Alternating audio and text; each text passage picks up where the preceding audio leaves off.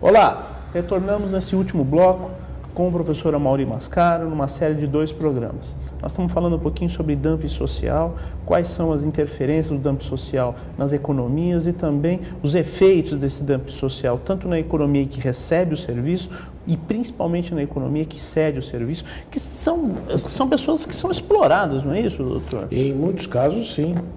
Em muitos casos é um trabalho precário. Chegam até a falar em trabalho escravo. Acho que há um pouco de exagero nisso. Mas que é um trabalho predatório, em muitos casos é. Porque não há uma proteção ao trabalhador dos países que fazem da mão de obra um meio de economia dos preços dos produtos. Mas esse é um problema nacional? Não, é um problema internacional. Se é um problema internacional, só pode ser solucionado internacionalmente. Não adianta o Brasil fazer leis aqui, porque a China não vai mudar o tratamento legal trabalhista que dá aos seus trabalhadores, como outros países, da mesma forma, não vão fazer isso. Então, o capitalismo ele pode usar esses países como uma forma de diminuir os seus custos de produção e, com isso, se alavancar. Mas esse é um problema internacional. A OIT, muito bem intencionada, não tem tido meios de evitar isto. Eu acho que falta uma autoridade internacional. E principalmente no atual governo. É difícil. É difícil. Doutor, a questão internacional, como o senhor de maneira única colocou, é uma questão maior do que o Estado. E nós temos a ideia de que o Estado prevalece e há de ser soberano. Mas nesse momento nós percebemos que a soberania ela tem que ser cedida, pelo menos em determinada parte, em que tange ao coletivo. Porque o objetivo do Estado, pelo menos lá atrás nós aprendemos com o Rousseau, é o objetivo de ser criado para as pessoas, das pessoas para as pessoas. Agora, a partir do momento que o Estado se torna único e não favorece o desenvolvimento do indivíduo, ele peca. E pecando, esse novo órgão, ele seria o quê? Uma união da OIT com a Organização Mundial do Comércio, com a ONU? Qual é a avaliação do senhor? A perspectiva futura, a meu ver, nos põe diante da necessidade de um novo contrato social de Rousseau. Mas um contrato social diferente, adaptado à nossa época, em que sem que cada Estado-membro ceda um pouco da sua soberania, é impossível resolver os problemas. É o que se fez na União Europeia, sem que cada país europeu, e alguns relutaram nisso, outros relutam até hoje, como a Inglaterra, sem que cada país cedesse uma parte da sua soberania, não existiria um direito supranacional europeu.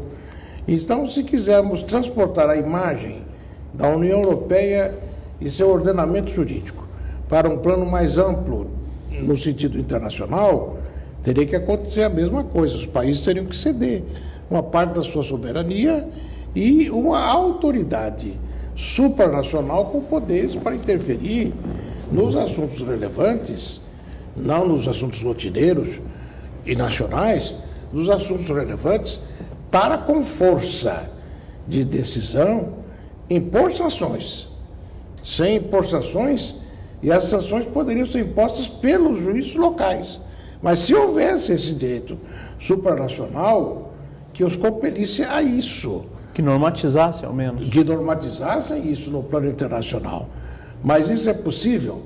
Bom, isso bate de frente com uma série de interesses econômicos, sociais, políticos, de estratégia internacional. E nós estamos vendo quanto é difícil, no plano internacional, soluções como nos mostra agora o conflito de Gaza. Como é difícil resolver esse problema. E os problemas seriam um pouco diferentes desse, mas não deixariam de ter pela frente os obstáculos que esse tipo de problema enfrenta hoje, para que uma autoridade supranacional possa solucionar uma questão relevante para o mundo todo. Professor, a questão trabalhista ela é uma preocupação mais nacional do que internacional. O senhor não percebe dessa maneira? Ela tem que ter um tratamento internacional, ou pelo menos regional. Nós temos aqui uma tentativa, um esforço, que é o Mercosul, mas o Mercosul não avança. O Mercosul é um motor que está emperrado. Você pisa no acelerador, mas o carro não vai adiante. Então, uma série de fatores é que tem levado a isso. E no plano social, nós temos no Mercosul hoje só uma declaração sociolaboral com alguns direitos, mas é meramente declaratória, está no papel, e do papel não passou para a realidade dos membros integrantes do Mercosul, mesmo porque o Mercosul ainda não passa de uma união aduaneira.